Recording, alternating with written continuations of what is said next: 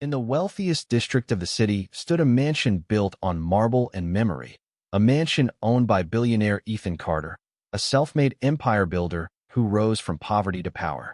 But behind the crystal chandeliers and luxury cars lived a darker truth. When a poor orphan girl named Clara appeared at his iron gates asking for work, Ethan offered her a job without hesitation. She arrived in torn clothes, barefoot dignity, and quiet desperation.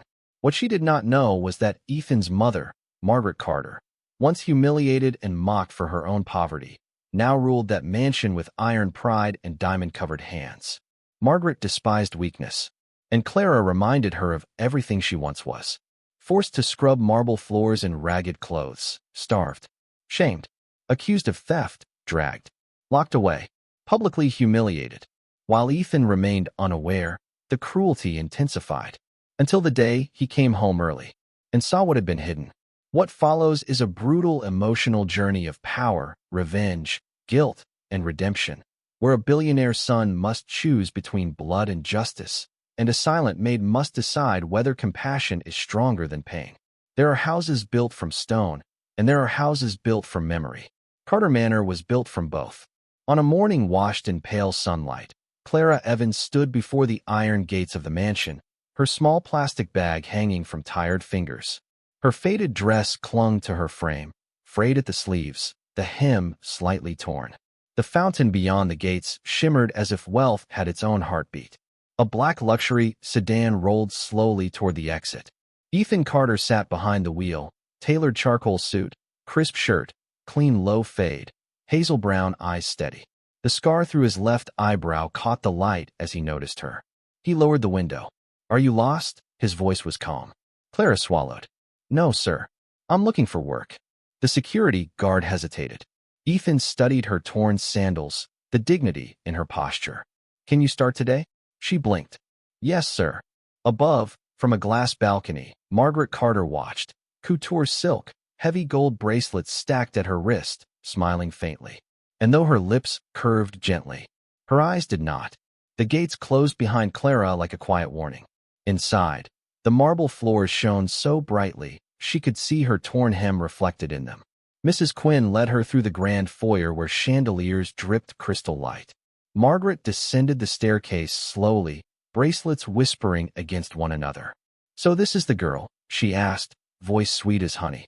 Clara lowered her eyes. "Yes, ma'am." Ethan stood beside her. "She'll help around the house." Margaret smiled warmly. "Of course. We take care of those who work for us."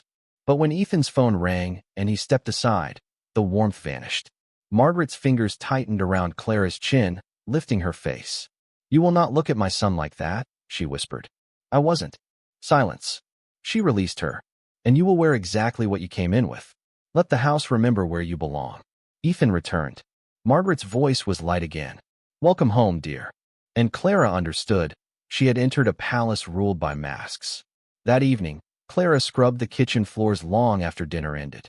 No uniform, no gloves, just her frayed sleeves soaked with bleach. Margaret stood nearby, watching. "You missed a spot," she said softly. Clara leaned closer to the marble. "I'm sorry, ma'am." Sorry is a poor woman's currency. She kicked the bucket lightly. Water spread across the floor again. "Start over." Hours passed.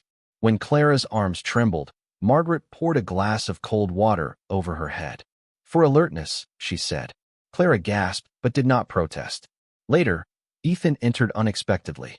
Margaret's tone shifted instantly. "Oh dear, you're still cleaning? You should rest." Clara looked up, soaked, shivering. "I don't mind, sir." Ethan frowned faintly. Margaret placed a hand on his arm. "She's adjusting." And Clara lowered her eyes again, because telling the truth would cost her more than silence. The next morning, Margaret handed Clara a box of polished silverware. "Clean each piece again," she ordered. "It's already polished," Mrs. Quinn murmured quietly. Margaret's eyes flicked toward her. "Did I ask you?" Clara worked carefully. One spoon slipped from her tired fingers and clattered against marble. The sound echoed. Margaret stepped forward slowly. "In my house," she said, "carelessness is disrespect." She forced Clara to kneel on the cold floor. "Hold this." She placed the heavy silver tray in Clara's raised hands.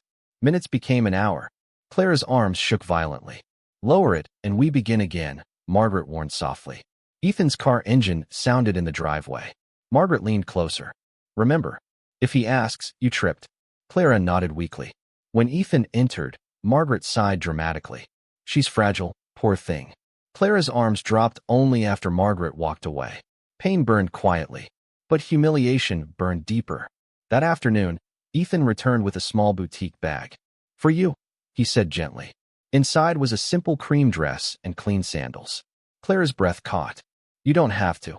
I want to. Margaret watched from across the hall. Later, when Ethan left for a meeting, Margaret entered Clara's small sleeping room. She lifted the dress between two fingers. A maid dressed like this invites ambition. She tore the tag off and threw the dress onto the floor. You will not rise above your station. Clara whispered, I never asked to. Margaret stepped closer, bracelets clinking. That is precisely the problem. She snatched the sandals away. And if my son asks? Clara hesitated. Margaret's eyes hardened. You misplaced them. Clara's voice trembled. Yes, ma'am. That night, she scrubbed the staircase barefoot. Above her, crystal light shone like stars she was forbidden to touch. In houses built on pride, anger travels quickly. It happened at lunch. Clara carried porcelain plates toward the dining table, barefoot against cool marble. Margaret sat already adorned in a pale silk day dress, gold bracelets stacked high like trophies. Careful, Margaret warned. Clara nodded. But exhaustion makes traitors of hands. One plate slipped. It shattered against the floor. The sound rang like judgment. Silence followed. Margaret stood slowly. In this house, she said softly, mistakes are expensive. I'm sorry, ma'am. Margaret grabbed another plate from the table and hurled it against the wall. It exploded into white fragments. Now clean them. With your hands. Clara froze. With your hands. Clara knelt, gathering shards carefully, tiny cuts forming along her fingers. When Ethan's footsteps echoed nearby, Margaret sighed dramatically. She's clumsy, but she's learning. Clara kept her head down. Because broken plates could be replaced. Broken pride could not. That evening, Margaret called Clara into the storage corridor. You forgot the silver polish. I'll do it now, ma'am. Margaret stepped inside the narrow room. Then she closed the door behind them. The air smelled of chemicals and darkness. You think my son sees you, Margaret said quietly. I don't. Margaret shoved Clara against the shelves. Glass bottles rattled. You stand too straight when he speaks. Clara shook her head. Margaret snatched a metal cleaning bucket and flung it across the room. It clanged violently against the wall. You will not climb in this house. She pushed Clara to the floor. Stay there. The door locked from outside. Hours passed. In the dark, when Margaret returned, she opened the door calmly. Next time, she whispered, it will be longer. Clara stepped out, stiff and shaking, and no one in the mansion knew where she had been. The next morning, Ethan lingered in the foyer longer than usual.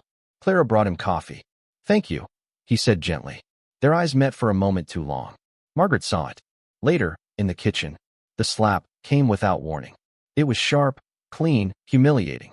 You will not look at him like that. Clara staggered, but stayed upright. I wasn't. Margaret grabbed her shoulders. You will shrink in this house. She shoved Clara backward into a counter. A glass vase toppled and shattered. Footsteps approached. Margaret instantly released her and began picking up flowers. Oh dear. She startled me, she called sweetly. Ethan entered. Clara's cheek was flushed. Are you all right? He asked. Yes, sir. Margaret smiled. She's sensitive. But Clara's silence was beginning to sound louder. Punishment became creative. Margaret ordered Clara to scrub the grand staircase at dawn. When Clara slowed, Margaret carried a silver pitcher. Without warning, she poured icy water over Clara's head. The water cascaded down the marble steps. Faster, Margaret said. Clara's teeth chattered. She scrubbed harder. Margaret kicked the brush from her hand. On your knees. Clara complied. Margaret leaned down. Remember where you stand. The chandelier light reflected in the water pooling around Clara. Upstairs, Ethan's office door opened faintly. Margaret straightened instantly. My dear, you mustn't overwork yourself, she called gently. Clara continued scrubbing, soaked and shaking. The marble gleamed. And so did Margaret's bracelets. It was the dress again. Ethan had quietly left another package outside Clara's door. This time a soft blue cotton dress. Margaret found it first. She stormed into the corridor. Clara was sweeping. Margaret held the dress up. So he persists. She ripped the fabric down the seam. The sound tore through the hall. Clara gasped softly. You think fabric changes destiny? She threw the torn dress into Clara's face. You will not become what I fought to be. Clara whispered, I don't want your place. Margaret stepped closer. You already stand in it. And for the first time, Clara looked directly into Margaret's eyes. Not in rebellion, but in endurance. That look unsettled Margaret more than defiance ever could. In great houses, kitchens are kingdoms. And Margaret ruled this one with diamond-covered hands. Clara stood over a pot of boiling water, sleeves rolled above frayed cuffs, steam rising against her face. Lift it, Margaret ordered. It's heavy, ma'am. Margaret stepped closer. Lift it. Clara gripped the handles. The metal burned through cloth. Her arms shook violently. Higher. The steam licked her skin. Sweat and condensation blurred her vision. Mrs. Quinn stood near the pantry door, frozen. Put it down, Margaret said suddenly. Clara lowered it too quickly. Water splashed across the floor. Margaret grabbed a wooden spoon and struck the counter hard. You waste what you did not earn. The spoon flew from her hand and clattered across the marble. Silence followed. Mrs. Quinn swallowed hard. Later, when Clara passed her in the corridor, she pressed a folded cloth into her palm. For your hands, she whispered. It was the first act of rebellion. That afternoon, guests arrived. Vivian Langford among them. Margaret's laughter filled the dining room like perfume. Clara served silently in her torn dress, barefoot against polished marble. Such dedication, Margaret cooed loudly. I rescued her from the streets. Vivian's eyes narrowed with amusement. Clara reached to refill a glass. Margaret flicked her wrist sharply. The wine glass tipped and shattered across the table. Gasps. Oh, how clumsy, Margaret sighed. Clara froze. On your knees, Margaret whispered through smiling teeth. In front of everyone. Clara knelt and began picking up shards carefully. Vivian watched, delighted. Daniel stood near the doorway, jaw clenched. Mrs. Quinn looked away. Ethan was delayed at work. And so Clara learned what humiliation felt like when dressed as hospitality. Night fell heavy. Margaret summoned Clara again. You forgot to polish the hallway mirror. I will do it now. Margaret grabbed her arm. No, you will wait. She pushed Clara into a narrow linen closet. The door slammed shut. Darkness swallowed everything. Outside, laughter from the sitting room echoed faintly. Clara pressed her back against shelves of folded sheets. Time dissolved. After what felt like hours, the door opened. Margaret stood framed in chandelier light. Next time, smile more, she said calmly. Clara stepped out, stiff and pale. Daniel saw her pass. His hands tightened into fists. Later, he approached Mrs. Quinn. This must stop. Mrs. Quinn's voice trembled. She will ruin us. Daniel answered quietly. She already is. Morning came with false calm. Clara was sweeping the grand hallway when Margaret approached silently. You walk too confidently. Clara froze. I'm only sweeping, ma'am. Margaret grabbed the broom and flung it aside. You forget yourself. She shoved Clara hard. Clara stumbled backward, striking the glass console table. It rattled violently. A crystal ornament fell and shattered. Margaret inhaled sharply. You see what you've done? Margaret pushed her again. Clara collapsed to her knees. Footsteps echoed. Margaret instantly crouched beside her. Oh dear, did you fall? Ethan appeared at the far end of the corridor. Clara's lip trembled. I slipped, sir. Margaret's hand rested lightly on Clara's shoulder. Yes, she's very clumsy. But Daniel saw the push. And this time, he did not look away. Clara's hands shook constantly now. Mrs. Quinn quietly began leaving extra bread near the stove. Daniel started timing Margaret's moods. Even Marcus avoided eye contact with Margaret when Clara passed. One afternoon, Margaret hurled a cleaning rag across the kitchen. Redo the entire floor. Clara bent to begin. Mrs. Quinn stepped forward. It was already done. Silence froze the air. Margaret turned slowly. Excuse me. Mrs. Quinn swallowed but did not step back. Daniel appeared in the doorway. Margaret's eyes flickered between them. She smiled thinly. Of course. I must have missed it. She walked out. The servants exhaled together. Clara looked at them in disbelief. For the first time, she was not alone in the room, and Margaret had felt it. It began with silence. Margaret stood in her dressing room, fingers slowly touching each jewelry tray. My emerald ring, she said softly. The room stilled. It was here. Clara stood near the doorway, hands folded. I haven't touched anything, ma'am. Margaret turned slowly. I didn't say you did. She walked closer. But who else dares? Mrs. Quinn spoke gently. Perhaps it was misplaced. Margaret's gaze cut her off. Search her. Marcus hesitated. Clara nodded faintly. You can. Her torn dress had no hidden pockets. Her small sleeping corner was inspected. Nothing. Margaret's voice dropped lower. Check the laundry basket. Inside a folded rag. The emerald ring. Clara's breath stopped. I didn't. Margaret raised her hand. Thief. Clara did not argue again. That night, she lay on her thin mattress, face turned into her pillow, and cried without sound. Margaret did not keep it private. She gathered the household staff in the grand foyer. The chandelier burned bright above. Clara stood barefoot on cold marble. She stole from me, Margaret announced calmly. Daniel's jaw tightened. Mrs. Quinn looked stricken. Clara lowered her head. I did not, she whispered once. Margaret stepped closer.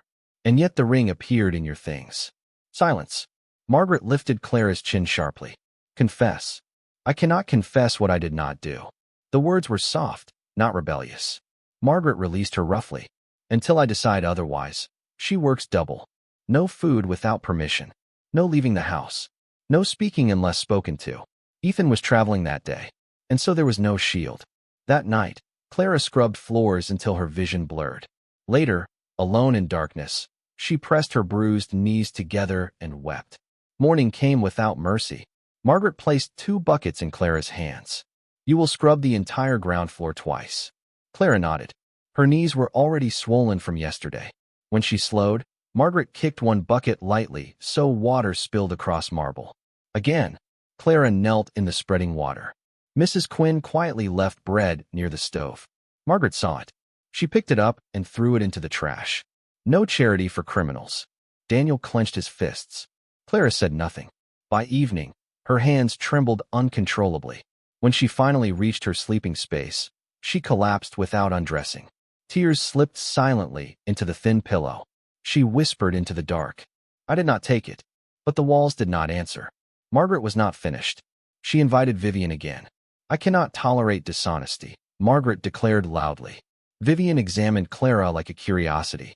Some girls climb with clever hands, she mused. Later, Margaret discovered money missing from her purse. This time, it was found inside Clara's plastic bag. Clara's lips trembled. I do not know how it got there. Margaret stepped close enough to whisper. You should have left when you had the chance. Mrs. Quinn gasped softly. Daniel stepped forward. That is enough. Margaret's eyes sharpened. Are you defending her? Silence hung heavy. Clara looked at Daniel, almost pleading for him not to risk himself. Margaret smiled thinly. See? Even now, she manipulates loyalty. Clara bowed her head again, because obedience was the only armor she had left. Ethan was not due back until midnight. He arrived at sunset. The house felt wrong. Too quiet. He stepped into the foyer, briefcase in hand, tailored navy suit still sharp from travel. The chandelier glowed, but the air felt heavy. From the far end of the hallway, he heard it. The sound of scrubbing. Slow. Unsteady. He followed it. Clara was on her knees, barefoot, torn dress soaked through, hands raw against marble. 2 buckets beside her. Water streaked the floor. Margaret stood nearby, bracelets gleaming. Redo it, she said coldly. Ethan stopped. What is going on? Margaret turned smoothly. She stole from me. Clara didn't look up. I did not, she whispered. Ethan stepped closer and saw her hands. Red. Shaking. Her eyes swollen from crying. His jaw tightened. Mother, he said quietly. Margaret's smile did not reach her eyes. You always choose the wrong side of pity. But Ethan wasn't looking at her anymore. He was looking at Clara. And for the first time, he saw damage. Ethan pulled Clara gently to her feet. You're bleeding, he said softly. It's nothing, sir. Margaret's bracelets clinked sharply. She is dramatic. Ethan's voice hardened. Leave us. Margaret laughed lightly. In my own house. Ethan's eyes flashed. Yes. The word echoed. Margaret stepped back slowly, fury masked beneath composure. When they were alone, Ethan lowered his voice. Tell me the truth. Clara's lips trembled. If I speak, it will make it worse. For who? For you. His chest tightened. Did you steal? No. One word. Broken. Ethan closed his eyes briefly. Then why are you being punished like this? Clara swallowed tears. Because I was found with what was missing. He stared at her. "You're not defending yourself," she whispered. "I work here." And in those 3 words, Ethan heard the entire weight of her obedience. Ethan found Margaret in the sitting room. Vivian was gone. Only silence and expensive perfume remained. "You framed her," he said calmly. Margaret's expression did not change. "You accuse your mother?" "I ask for truth." Margaret stood. "I worked in houses where women like her stole from women like me. She is not them." Margaret's voice rose. "She stands in my house with eyes that remind me of weakness." Ethan's jaw clenched. "She stands in this house because I let her in." Margaret stepped closer. "And if she ruins you?" "She won't." "How do you know?" "Because she had every reason to lie just now, and she didn't." Margaret's composure cracked slightly. "You will choose her over me?" Ethan's voice lowered. "I am choosing what is right." The words struck harder than any thrown object. Margaret turned away, but her hands were trembling. Clara did not eat dinner. She washed dishes slowly after everyone slept. Mrs. Quinn touched her arm gently. "Child, why don't you defend yourself?" Clara's eyes filled again. "If I fight her, I lose everything." Daniel stood in the doorway. "You're losing yourself." Clara smiled faintly. "No, I am surviving." Later, alone on her thin mattress, she curled on her side. Her knees bruised, her hands aching. She pressed her face into her pillow to muffle the sob. And for the first time, Ethan heard it. He had walked the corridor quietly. He stopped outside her door. The sound was small, broken, not dramatic, just pain. He stood there longer than he should have, because he had grown up hearing his mother cry in rooms just like this. And he realized cruelty had changed hands. Margaret waited until Ethan left for an early investor meeting. The house was quiet, too quiet.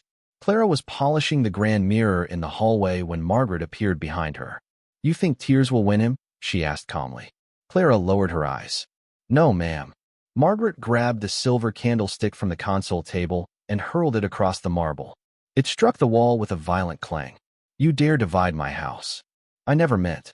Margaret seized Clara's shoulders and shoved her hard. Clara crashed against the mirror. The glass cracked in a spiderweb fracture. Margaret froze for half a second. Then her face hardened. "You break what you cannot afford." She grabbed Clara's arm and dragged her down the corridor. "On your knees." Clara knelt. Margaret's voice lowered to a whisper. "If I lose my son because of you, I will make sure you leave this house with nothing but scars." Clara did not answer, but her hands trembled uncontrollably. Later that afternoon, Margaret called Clara into her dressing room. "Sit." Clara obeyed. Margaret picked up a brush roughly. "You look too presentable." She yanked the brush through Clara's hair painfully. Clara winced, but remained silent. Margaret grabbed a pair of scissors. Beauty invites ambition. With quick, angry snips, she cut uneven strands, letting them fall to the marble. Mrs. Quinn stood frozen at the doorway. "Madam," she whispered. Margaret's eyes snapped toward her. "Leave." Clara's hair fell jagged around her shoulders. Margaret stepped back. "Now you look correct." Clara stared at the floor. Tears dropped silently onto the white tile. That evening, when Ethan returned and saw her uneven hair, his expression changed. He did not speak, but Margaret saw something new in his eyes. Distance. And it frightened her more than defiance ever could. Margaret sensed the shift. She confronted Clara again near the indoor pool. "You think he sees you as equal?" "No, ma'am." Margaret stepped closer. "You forget yourself." She shoved Clara hard. Clara stumbled dangerously near the pool's edge, slipping on wet tile. She caught herself just before falling into the water. Margaret inhaled sharply, not in concern, but calculation. "You almost caused a scene." Clara struggled to steady herself. Daniel witnessed it from across the hall. His restraint snapped. "That is enough." Margaret turned slowly. "You forget who pays you." Daniel held her gaze. "I remember who raised him." Silence thundered between them. Clara quickly stepped back, head lowered. Because even now, she would not let others fight her battles. That night, Margaret did not sleep. Because the house no longer felt obedient. Margaret moved quickly. Before dawn, while the house still slept, she called Marcus into her sitting room. "You will drive her to the station," she said calmly. Marcus hesitated. "Sir didn't approve." Margaret's bracelets clinked sharply. "Sir does not run this house." A sealed envelope rested on the table. "Money. Give this to her. Tell her it's mercy." Upstairs, Clara was folding linens when Mrs. Quinn rushed in, pale. "She's sending you away." Clara's heart did not race. It sank. I understand, she whispered. Daniel appeared at the doorway. Pack nothing. Wait. But Clara shook her head. If I resist, she will punish everyone. Downstairs, Margaret stood at the grand entrance, elegant and composed. Clara walked toward her barefoot. You may leave with dignity, Margaret said coolly. Clara bowed slightly. Thank you for the work. Just then, the front doors opened. Ethan stepped inside, earlier than expected, and he saw Clara standing there, dismissed. Ethan stopped mid-step. What is this? Margaret smiled lightly. She has chosen to leave. Clara's lips parted, but she said nothing. Ethan turned to her. Did you? Clara lowered her gaze. If it brings peace. Answer me. She hesitated. Margaret's voice sharpened. She has no place here. Ethan's voice dropped. She has a place because I gave her one. The room froze. Margaret's composure cracked. You would shame me for a servant? I would shame cruelty. Margaret stepped forward, furious now. I built this house with humiliation, and now you repeat it. Silence. The servants watched from the corridor. Ethan walked to Clara and took the envelope from Margaret's hand. He tore it in half. She stays. Margaret's face went pale. You choose her. Ethan met her eyes steadily. I choose what is right. And in that moment, the power shifted. Margaret did not scream. She laughed. Softly. You think this is love? She whispered. She grabbed a crystal vase from the console table and hurled it across the foyer. It shattered violently. Servants gasped. You were nothing, she shouted at Clara. Nothing but dust at my gate. Clara stood trembling. I am still nothing, she whispered. Ethan turned sharply. Stop. Margaret's voice broke for the first time. I scrubbed floors for men who looked at me like you look at her. Her hands shook. I will not be replaced. Ethan's expression softened, but remained firm. You are not being replaced. Then why does she stand where I once stood? Silence filled the foyer. Clara slowly sank to her knees, not in submission, but from emotional weight. And for the first time, Margaret saw herself reflected in the girl she tried to destroy. The crystal shards still glittered on the marble. Margaret stood rigid, breathing unevenly. You will regret this, she said quietly to Ethan. Then she swayed. Just slightly. No one noticed at first. Her hand reached for the console table, but her fingers missed. Her bracelets clashed sharply as she stumbled. Mother! The word had barely left Ethan's mouth when she collapsed. Her body struck the marble with a dull, heavy sound. The servants gasped. Clara instinctively moved forward, then stopped herself. Ethan knelt beside Margaret, lifting her gently. Call Dr. Hayes, he shouted. Margaret's eyes fluttered, unfocused. Her once commanding voice came out faint. I won't kneel again. Clara watched from a few steps away, heart pounding. Because the woman who never bent had just fallen, and the marble did not care who owned it. Margaret did not wake properly for hours. Dr. Hayes arrived urgently. High stress, he muttered. Severe exhaustion. Elevated blood pressure. Margaret lay in her luxury bedroom. Jewelry finally removed, hair slightly undone. Without armor, she looked smaller. Clara stood quietly near the doorway. Ethan hadn't told her to leave. Dr. Hayes adjusted the foreline. She must rest. No agitation. When Margaret stirred, her eyes landed on Clara. For a moment, there was no cruelty in them, only fear. You, she whispered weakly. Clara stepped closer instinctively. I'm here, ma'am. Margaret's fingers twitched. Don't let them see me weak. Clara nodded. Ethan watched the exchange carefully, because something had shifted. Not power. Not yet. But something human. And that is always more dangerous. Margaret drifted in and out of fevered sleep. Servants moved cautiously. Ethan remained by the bedside until exhaustion forced him to rest in the adjacent chair. It was Clara who did not leave. She changed the cold cloth on Margaret's forehead. She wiped the moisture from her temples. She adjusted the blankets gently. Mrs. Quinn watched in disbelief. After all she did, she whispered. Clara did not look up. My mother used to say, pain should end somewhere. Margaret stirred weakly. Her eyes opened halfway. She saw Clara's silhouette in the lamplight. You should hate me, Margaret murmured faintly. Clara's voice was steady. I don't have space for hate. Margaret's fingers trembled. For the first time, she did not pull away from Clara's touch. And the silence in that room was no longer cruel. It was fragile. Dr. Hayes returned the next morning. The medication is helping, he said carefully. But her body is fighting itself. Clara stood quietly in the corner. After the doctor left, she approached Mrs. Quinn. "I know something," she said softly. Later, in the small staff kitchenette, Clara crushed dried leaves she had kept wrapped in cloth from her mother's teachings. Daniel watched. "You're risking everything." Clara nodded. "I know." That evening, she approached Ethan. "With your permission." He studied her face. "You believe it will help?" "Yes." He stepped aside. "Then do it." Margaret resisted at first. "I don't need village remedies." Clara did not argue. "Then let the fever stay." Margaret glared weakly, then drank. Hours passed. The fever eased slightly, and Margaret noticed. By the third day, Margaret could sit upright. Her voice was still weak. Clara adjusted the pillows. "Why?"